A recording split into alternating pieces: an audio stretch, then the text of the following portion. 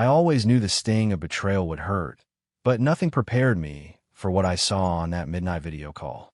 My wife of 8 years, wrapped in another man's arms while I was working to secure our future. What I discovered in our guest bedroom the next day wasn't just evidence of an affair. It was an entire secret life that would destroy everything I'd built. Now I have to decide if I can forgive a woman who turned our sacred home into a stage for her ultimate betrayal. My name is Miles Landry.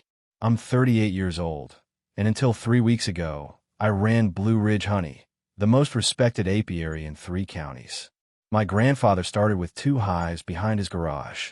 I built it into 20 acres of flowering meadows, 60 hives, and a product line that ships nationwide. I'm not bragging, just setting the scene for how much I had to lose when everything fell apart. That night was supposed to be simple.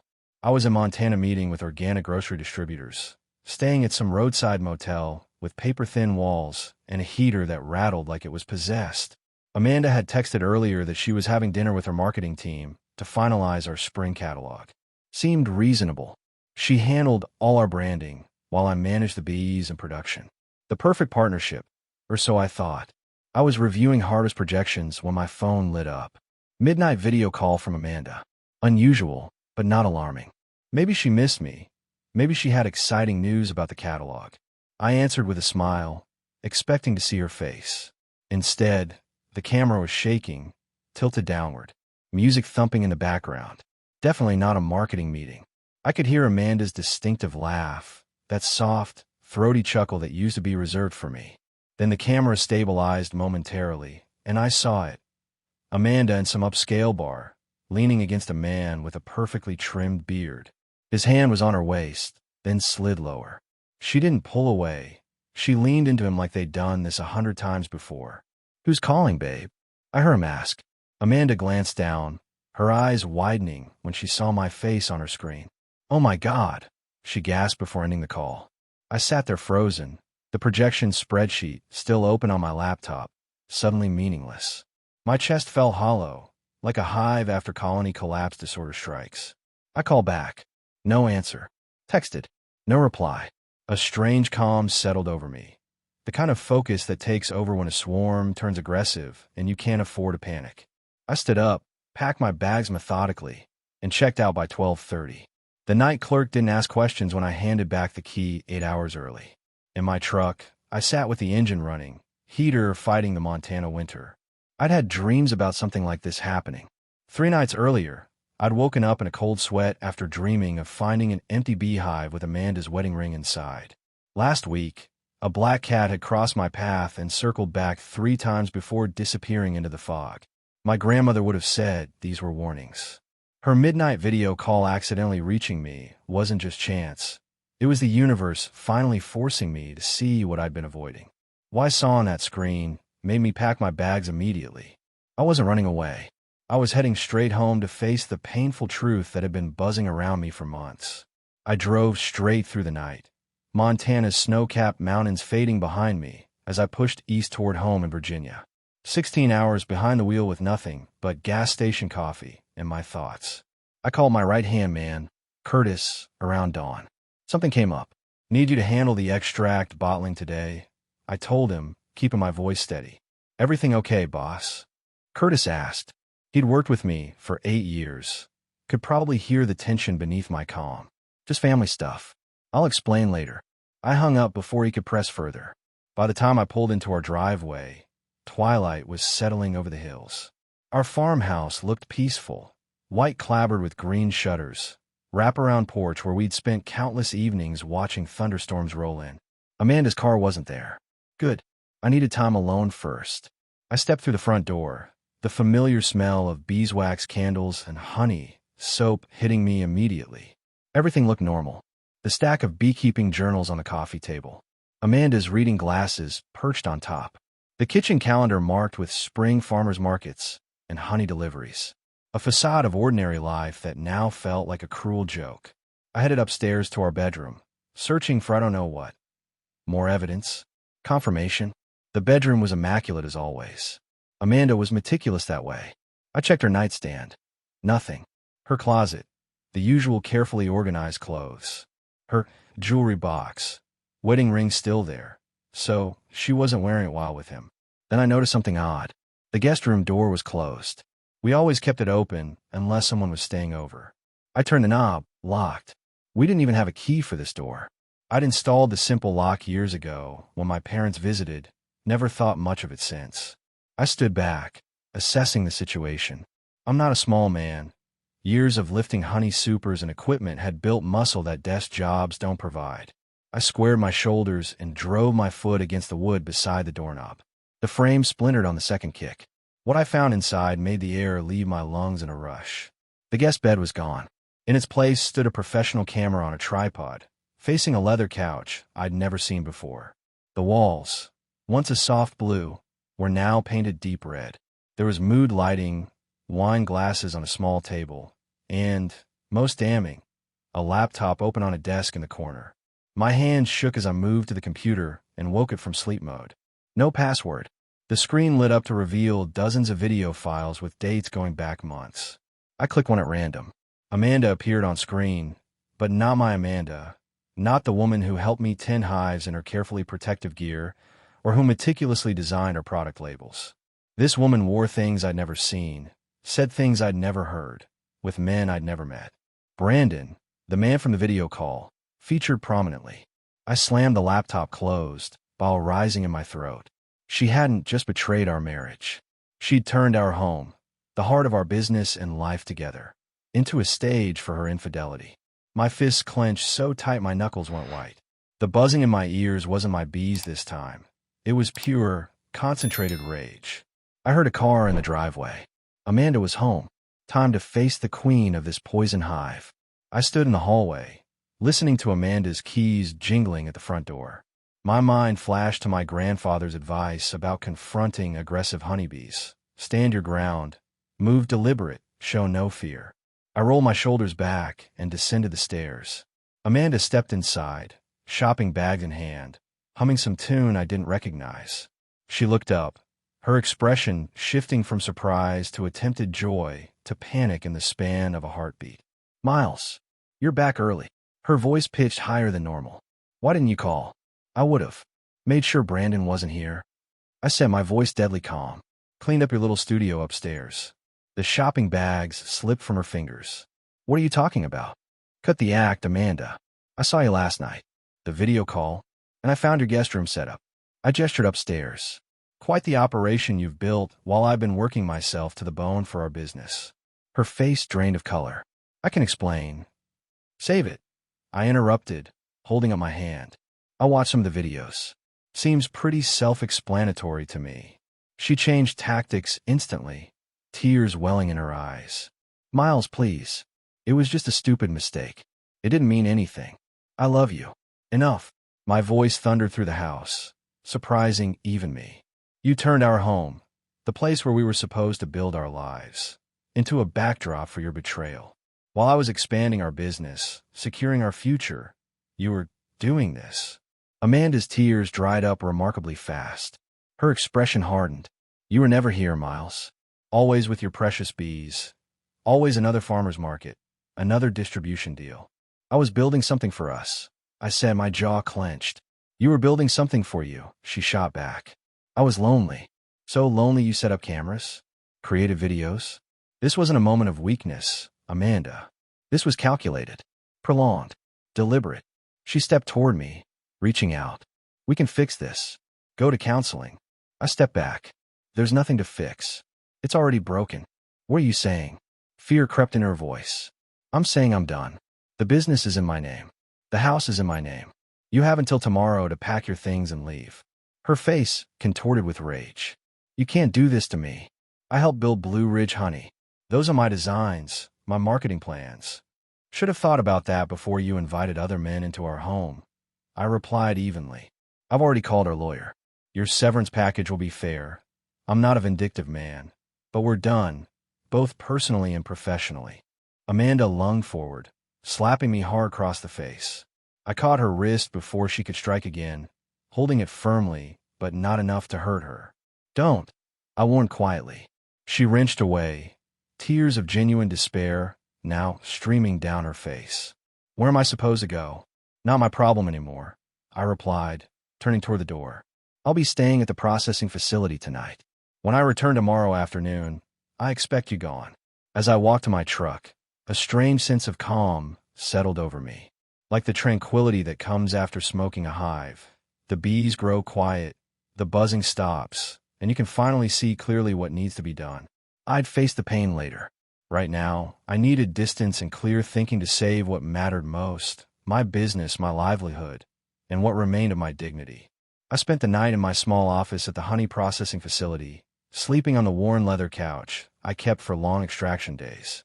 Sleep came in fits and starts, memories of Amanda and our life together mixing with images from those videos until I gave up around dawn.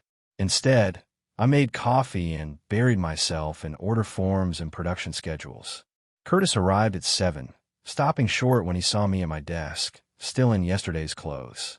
"Boss, you look like hell frozen over," he said, setting down his thermos. "Amanda's been cheating," I replied, seeing no point in sugarcoating it. "Found out yesterday. She's moving out today." Curtis let out a low whistle. "Damn, Miles. That's rough. You need anything?" I appreciated his straightforward response. No platitudes, no awkward sympathy. "Just help keeping the business running while I sort this out." He nodded firmly. "Consider it done. Spring orders won't know the difference." I spent the morning calling our lawyer, changing account passwords, and notifying our bank of the separation. By noon, I felt hollow but focused. Time to return home and face whatever Hurricane Amanda had left behind. As I pulled up, her car was gone. A good sign. The house looked unnervingly normal from the outside.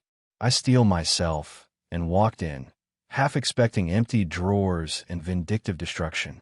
Instead, I found meticulous organization. Amanda had taken her clothes, personal items, and surprisingly little else.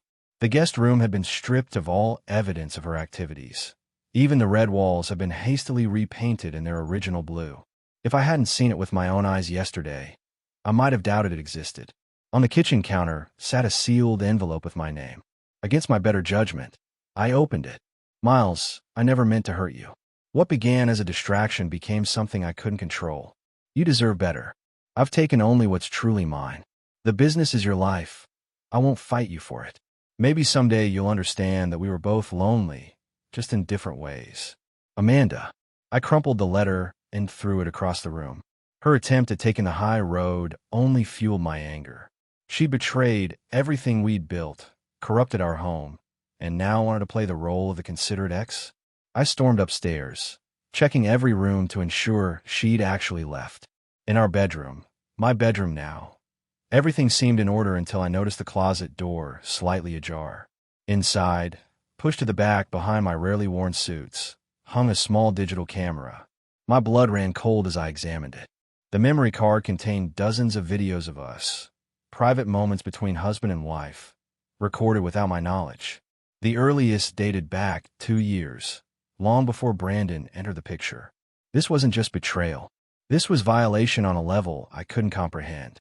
Had she been recording our most intimate moments, even when things were good between us?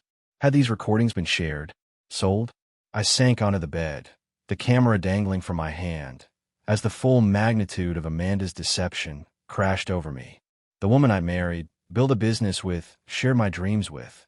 She was a stranger. Perhaps she always had been. My phone buzzed with a text from Curtis. Distributor from Portland called. "Big order. Needs confirmation. Work.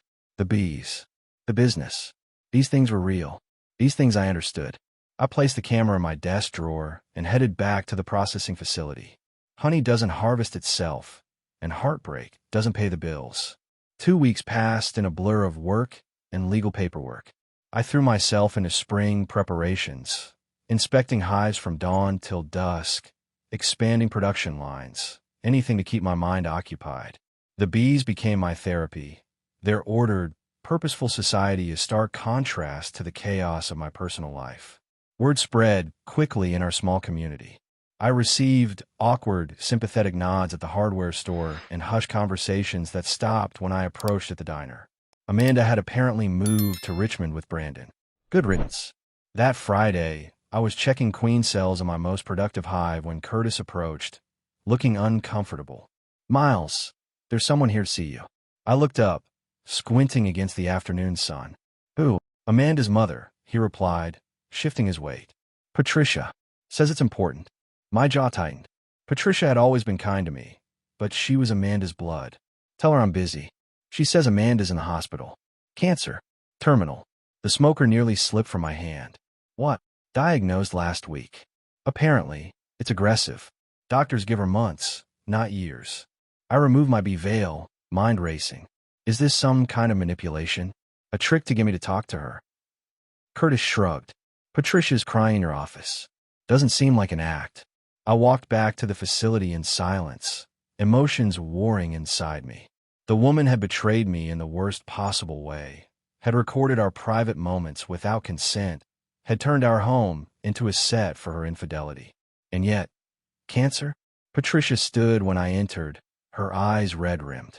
Miles, I'm sorry to come unannounced. Is it true? I asked bluntly. She nodded, tears spilling over. Pancreatic. Stage 4. She didn't want me to tell you, but I thought you should know. Why? We're separated. Divorce papers are filed. Because despite everything, she still loves you. Patricia reached in her purse and pulled out an envelope. She wrote this her first night in the hospital. Asked me to burn it, but I couldn't. I took the envelope reluctantly. This changes nothing between us. I understand, she whispered. Just know she was planning to tell you before all this happened. The diagnosis. It's why she went a little crazy at the end, I think. Fear does terrible things to people. After she left, I sat alone in my office, the unopened letter burning a hole in my pocket, wondering if even terminal illness could explain the depth of Amanda's betrayal. I carried Amanda's letter for 3 days before opening it. Those 72 hours were filled with conflicting emotions, anger still burning hot, yet tinged with unwelcome sympathy. The diagnosis explained things without excusing them. Finally, alone in my truck after a long day, inspecting outlying hives, I tore open the envelope. Miles, by the time you read this, you'll know I'm sick. I found out 4 months ago. Didn't tell you. Couldn't bear to see pity replace the love in your eyes. I thought I could handle it alone, be strong. Instead, I fell apart in spectacular fashion. The recording started as a way to preserve memories before chemo changed me. Then Brandon happened, a distraction from mortality, nothing more. It spiraled beyond control. I'm not asking forgiveness, just understanding. What I did was unforgivable, but it wasn't the real me. It was a terrified woman making desperate choices. Always yours, even when I didn't act like it. Amanda. I reread it twice, searching for manipulation, but finding only raw honesty. The handwriting grew shakier toward the end, whether from emotion or illness, I couldn't tell. That night, I dreamed of Amanda standing in our apiary, surrounded by swarming bees that formed a dark halo around her thinning frame. She reached toward me, mouth moving without sound. I woke gasping, the dream lingering with unsettling clarity. The next morning, I called Patricia. Which hospital? I asked when she answered. Memorial. 5th floor. Miles, she doesn't know I told you. I'll handle it, I replied. As I drove toward Richmond, I rehearsed what to say. This wasn't reconciliation. That bridge had burned completely. But perhaps it could be closure for both of us. The hospital smell hit me as soon as I stepped off the elevator. Antiseptic masking decay. Room 512 had the door half closed. I knocked gently. Come in. Call a voice I barely recognized. Amanda sat propped against pillows, cheekbones sharp beneath pallid skin, a colorful scarf covering what I assumed was hair loss. Her eyes widened when she saw me. Miles, she whispered. Mom told you. I nodded, keeping my distance. She did. You didn't have to come. No. I agreed, meeting her gaze steadily. I didn't. We sat in awkward silence, the hospital machinery beeping softly in the background. Amanda looked small against the white sheets, her once vibrant presence diminished by illness. You read my letter, she finally said. Not a question. I did. I remained standing, maintaining distance both physical and emotional. Why didn't you tell me when you first found out? Amanda's laugh was brittle.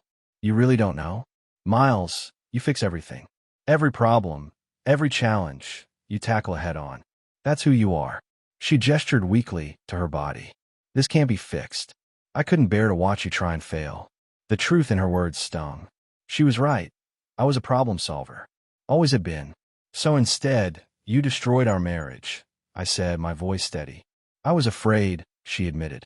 Fear makes people unrecognizable, even to themselves. She looked down at her thin hands, especially to themselves. Part of me wanted to rage at her, to ask how fear justified betrayal on such a calculated scale. Another part, the part that remembered our first date, her laughter among the beehives, her excitement when our first honey batch won a blue ribbon. That part ached with complex grief. I'm not here for reconciliation, I said finally. I know. Her eyes met mine, clear and resigned. I'm not asking for that. Then what do you want, Amanda? Peace, she replied simply. For both of us. I studied her face, searching for manipulation, but finding only exhaustion and regret.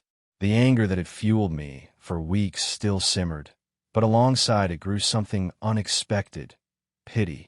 Not for the woman who had betrayed me, but for the dying woman before me who would never have the chance to become better than her worst mistakes. I can't forgive you, I said honestly. Not yet. Maybe not ever. I understand. She nodded slowly. But thank you for coming. It means more than you know. I turned to leave, then paused at the door. Is there anything you need? Practically speaking, a ghost of her old smile crossed her face. Always the provider. Just answering the question. She hesitated.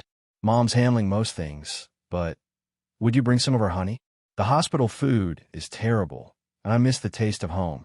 The simple request hit me harder than I expected.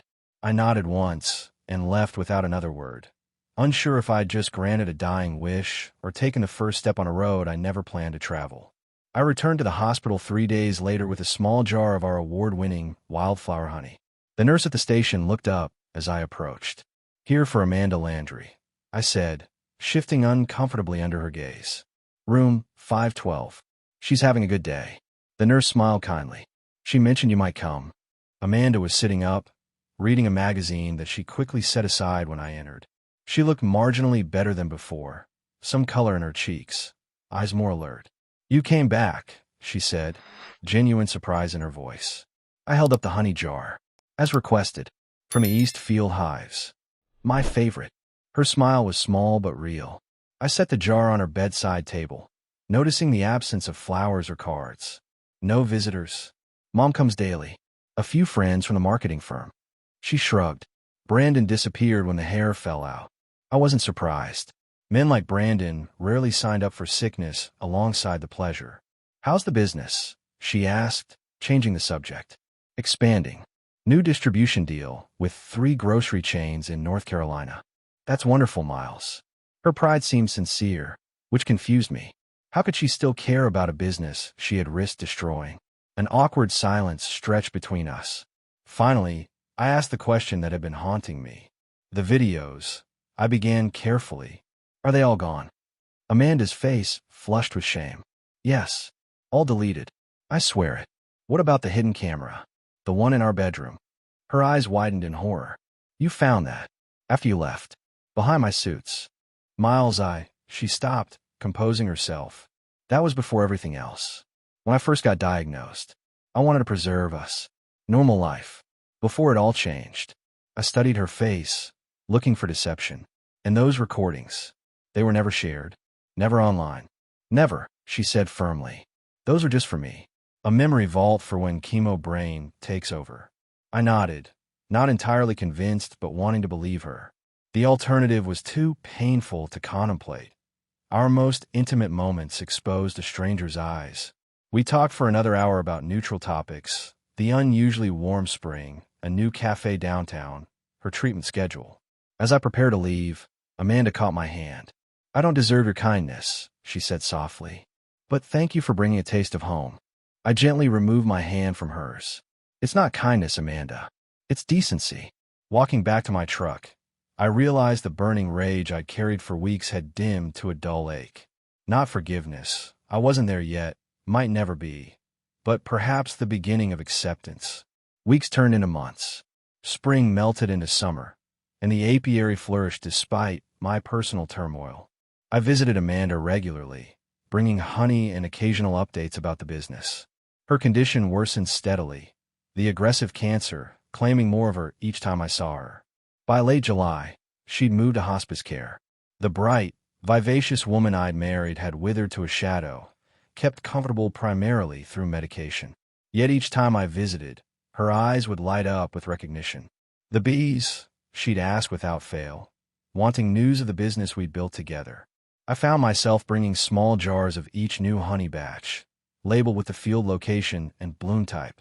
She couldn't eat much anymore, but would dip a finger in to taste, closing her eyes to savor the flavor. One humid August afternoon, I arrived to find Patricia sitting outside Amanda's room, eyes red-rimmed. "She's been asking for you," she said, squeezing my arm. "Having a lucid day, but the doctor says—" She trailed off, unable to finish. I nodded, understanding. The end was close. Amanda lay propped against pillows, her breathing shallow. The colorful scarf she'd worn had been replaced by a simple cotton cap. Her smile when she saw me was faint but genuine. "You came," she whispered.